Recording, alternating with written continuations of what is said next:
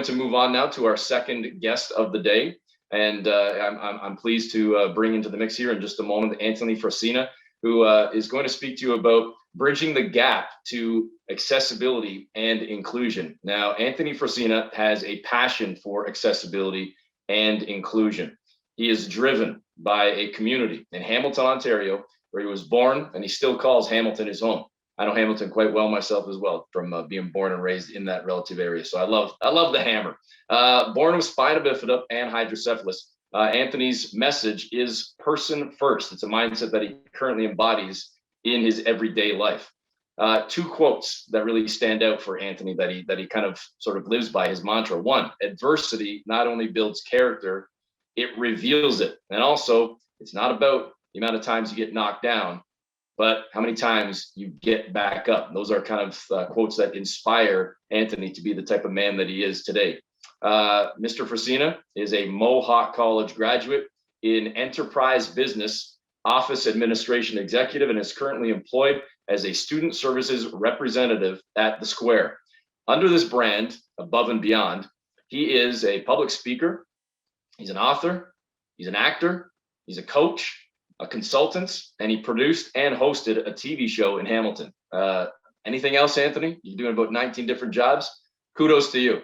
In 2014, he was also inducted into an elite group as a Mohawk College alumni of distinction. When not at Mohawk, he can be found in his community representing the Rick Hansen Foundation or the Catholic Youth Organization in an ambassador role. And with the CYO, he has also contributed to capital fundraising, design consulting, and the implementation of Ontario's first fully accessible and inclusive park, Marydale Park.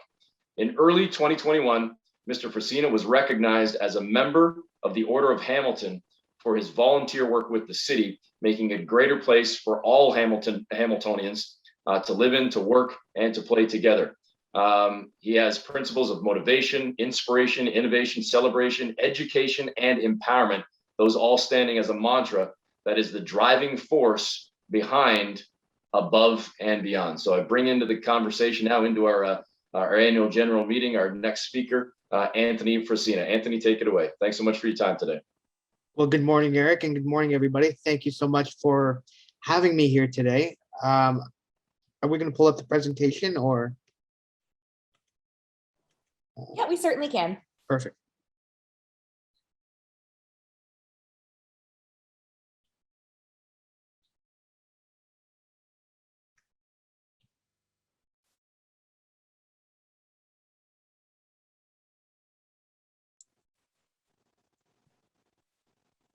Thank you very much, and we'll just go to the next slide.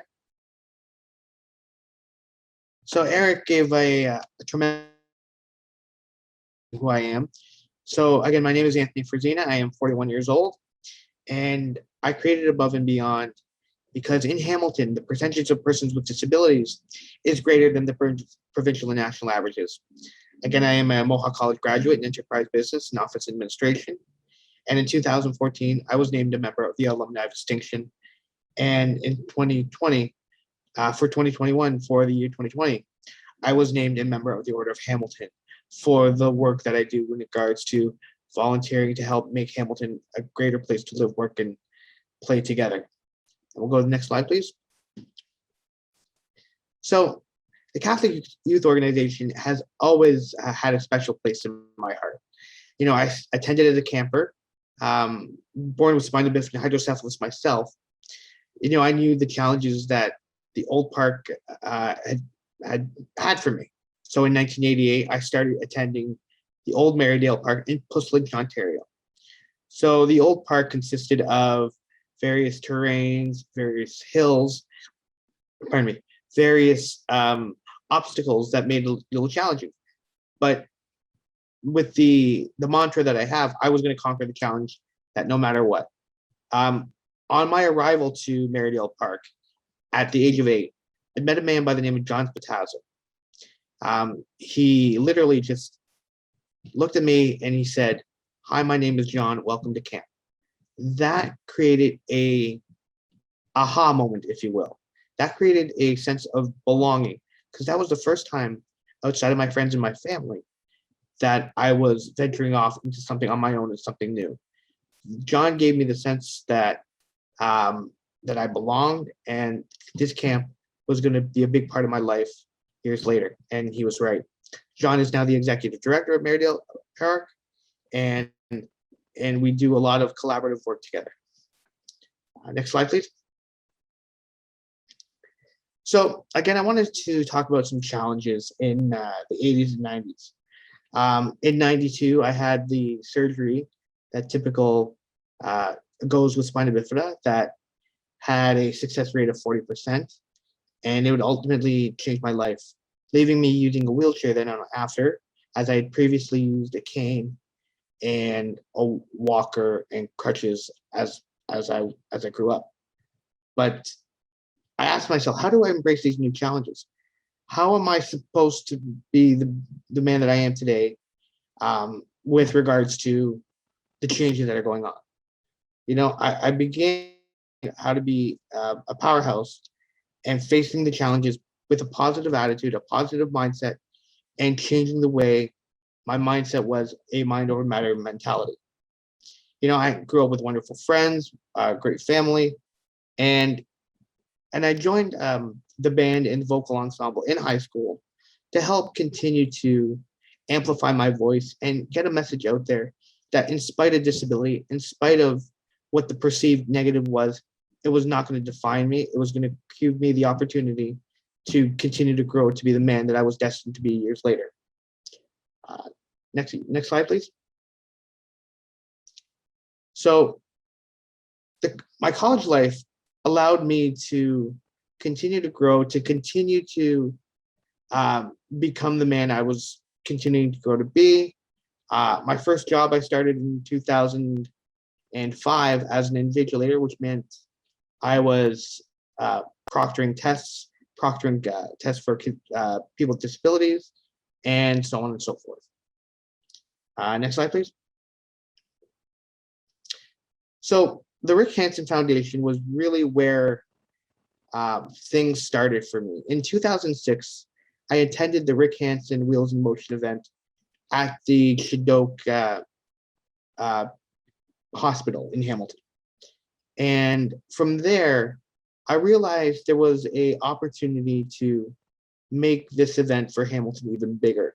So from 2007 to 2010, we hosted the Wheels in Motion event at Mohawk College where I worked. And I was able to bring that to the college and amplify the message of people with disabilities and being people first. 2011, we actually took part in the 25th anniversary of Rick Hansen's Man in Motion tour. So it was essentially recreating his worldwide tour that spanned 26 months, 34 countries, and 40,000 kilometers. As ambassadors, we actually got to do a portion of the relay ourselves in Canada. So that lasted for over a year. In Hamilton, we had our end of day celebration at Mohawk College, where various esteemed speakers, including myself, got the opportunity just to continue to grow the voice towards accessibility and inclusion in our communities. Next slide, please. So again, through the Rick Hansen Foundation, I was able to find my voice. And not that it was only meant to be listened to, but it was meant to be heard. So again, my organization with the Rick Hansen Foundation, I was able to speak to schools, speak to classrooms, speak to kids with all different disabilities, that in spite of the disability, we belong, and we're going to find the way that works best for us. So, and then my voice continued to grow, and this is where Above and Beyond was born. Next slide, please.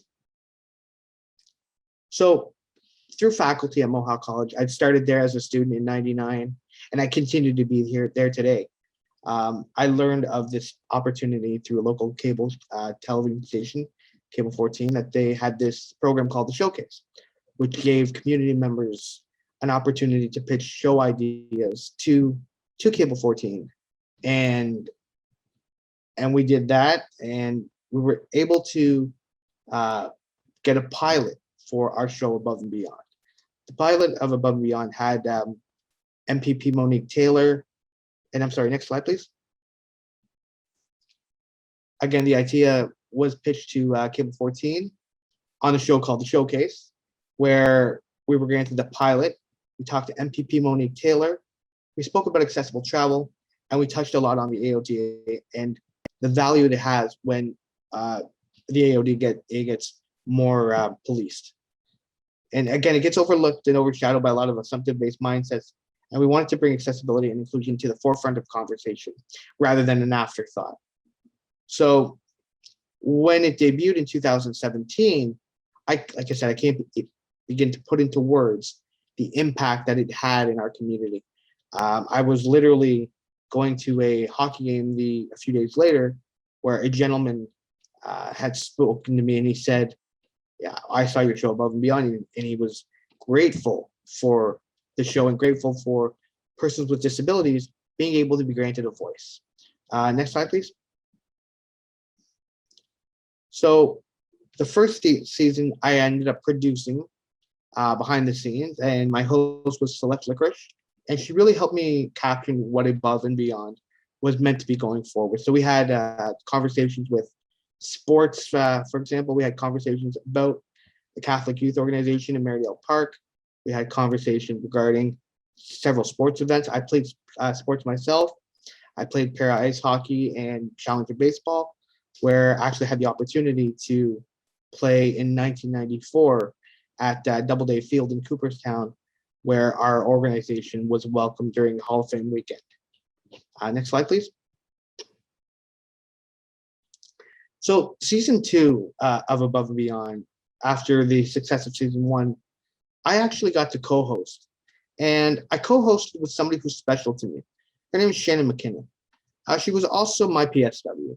And she was somebody to me that really helped bring an essence and a passion to what Above and Beyond was about. Having that dynamic of her and I together on set, talking about accessibility and inclusion, was something that I'm truly grateful for her, and truly grateful for the time that we spent together.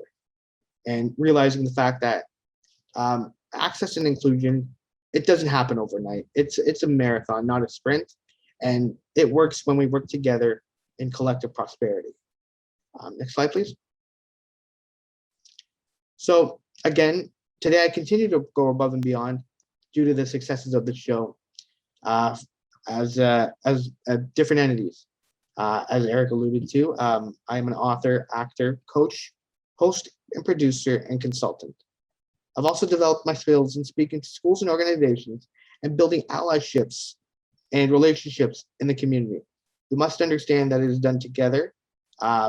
It started by the development of the techniques of the MICE method, which is motivation, innovation, inspiration, celebration, education, and empowerment, which is what it's all about for me.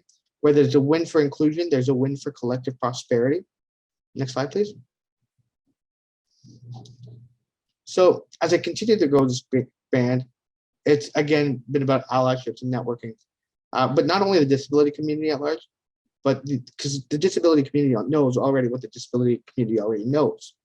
So I'm looking at the grander picture of equity, diversity, and inclusion as a proactive process.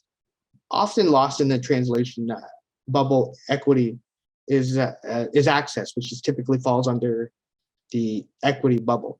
So I look at EDI in a translation to EDIA, but if we transpose the letters, we have IDEA, inclusion, diversity, equity, and access.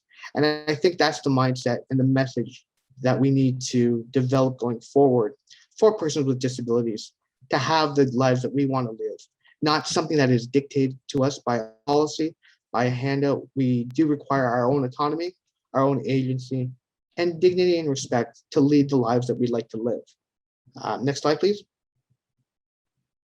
So in 2015, I just started typing, on my computer, just started typing some stories, and I had no intention to publish this book.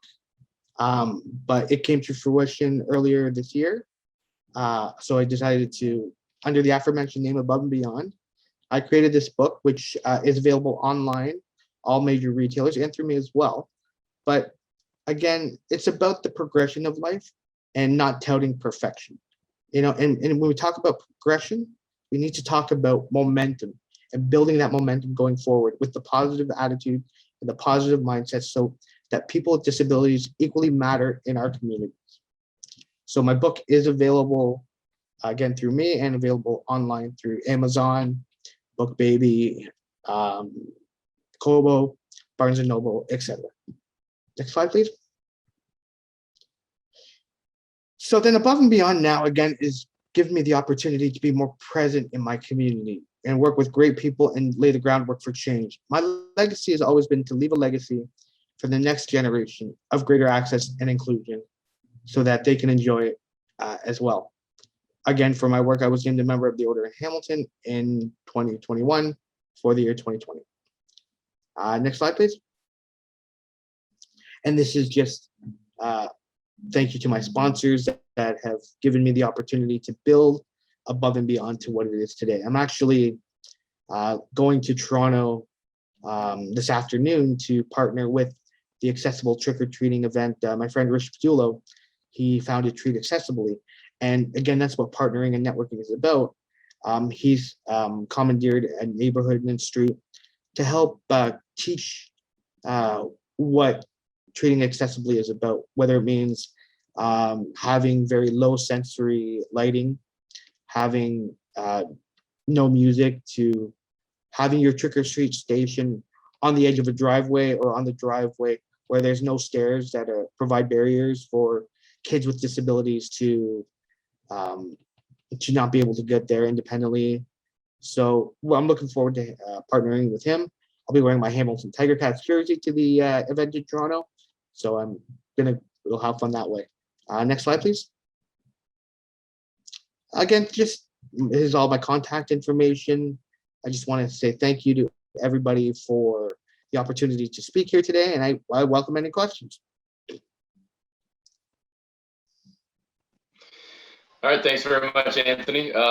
We'll see if any questions roll in here in the next couple of months. I actually did have a question myself as I was listening. I didn't mention in your intro, so I'm glad you brought up. I know it did say author, but I was thinking more like online author and blogs and guest columns or whatever, not a book. So you said you sat down and started just coming up with stories. Like, how difficult was it writing a book, and what's the feedback been in terms of the written word versus what you've done through public speaking and broadcasting and television, whatever? How have people taken to the book form and to the stories you've told?